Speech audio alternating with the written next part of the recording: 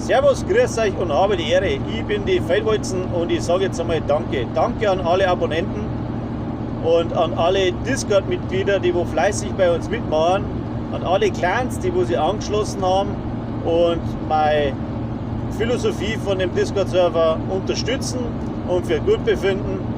Ich wünsche euch allesamt ein gutes neues Jahr, viel Glück und viel Gesundheit, viel Erfolg.